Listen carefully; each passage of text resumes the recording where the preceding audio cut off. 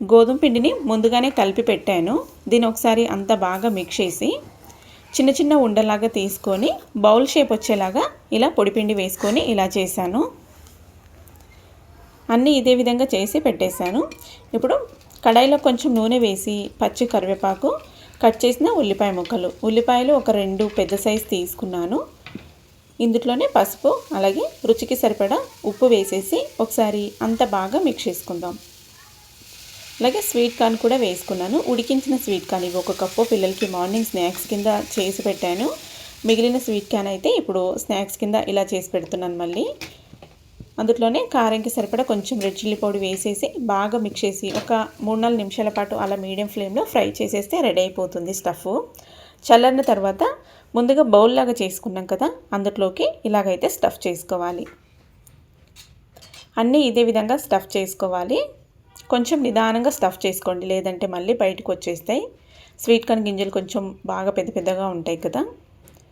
నేనైతే అన్నీ ఇలా స్టఫ్ చేశాను. ఇప్పుడు నేను ఇక్కడ నార్మల్గా తవా ఫ్రై చేస్తున్నాను. ఇలా 1 టేబుల్ స్పూన్ నూనెనే వేశాను. దీన్ని ఈక్వల్గా ప్యాన్కి వచ్చేలాగా ఈక్వల్గా పెనాన్ని అడ్జస్ట్ చేసి చూడండి ఇలాగైతే పెట్టి ఫ్రై చేస్తున్నాను. మీరు కావాలి అనుకుంటే ఎక్కువ నూనెలో డీప్ ఫ్రై చేసుకోవచ్చు. నాకు ఎక్కువ డీప్ ఫ్రై చేయడం కన్నా ఇలా బెటర్ అనిపించింది, అందుకే ఇలా చేశాను. సో ఇలా ఒక సైడ్ మంచిగా కలర్ వచ్చిన తర్వాత రెండో సైడ్కి అయితే టర్న్ చేశాను. ఇలా రెండో సైడ్కి అన్నీ టర్న్ చేసేసుకొని అటు సైడ్ కూడా ఇలా మంచి కలర్ వచ్చేలాగా ఫ్రై చేసుకున్నామంటే మనకి స్వీట్ అయ్యేది స్నాక్ అయితే రెడీ అయిపోయింది. మిగిలినవి కూడా అలాగే పెట్టేద్దాం. వీటిని కూడా అలాగే మంచి కలర్ వచ్చేలాగా ఫ్రై చేశాను. ఫైనల్గా మనకి రెసిపీ అయితే రెడీ అయిపోయింది. పైన క్రిస్పీగా లోపల బాగా జ్యూసీగా స్వీట్ కార్న్ స్టఫ్ చేసాం కదా, చాలా బాగుంది రెసిపీ అయితే.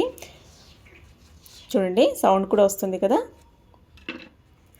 సో ఇప్పుడు దీన్నైతే టేస్ట్ చేసి చూద్దాము. పిల్లలకైతే పాలతో పాటు వీటిని కూడా ప్రిపేర్ చేశాను ఈరోజు స్నాక్స్ కింద ఈవినింగ్ టైంలో. టేస్ట్ అయితే సూపర్ ఉన్నాయి. ఇలాంటివి చేసి పెడితే పిల్లలు అందరు ఇష్టంగా తింటారు, నచ్చలేదని ఎవ్వరు చెప్పరు. సో మా పిల్లలు కూడా ఫుల్ ఎంజాయ్ చేసేస్తారు. ఇంకా మీకు నచ్చినట్లయితే మీరు కూడా తప్పకుండా ట్రై చేయండి. మీకు ఎలాగనిపించింది మీ ఒపీనియన్ నాతో షేర్ చేసుకోవడం మాత్రం మర్చిపోకండి. మరి ఇలాంటి మరిన్ని హెల్తీ రెసిపీస్ కావాలి అనుకుంటే మన ఛానల్ స్వీట్ కిచెన్ని ఫాలో అవ్వండి. బాయ్.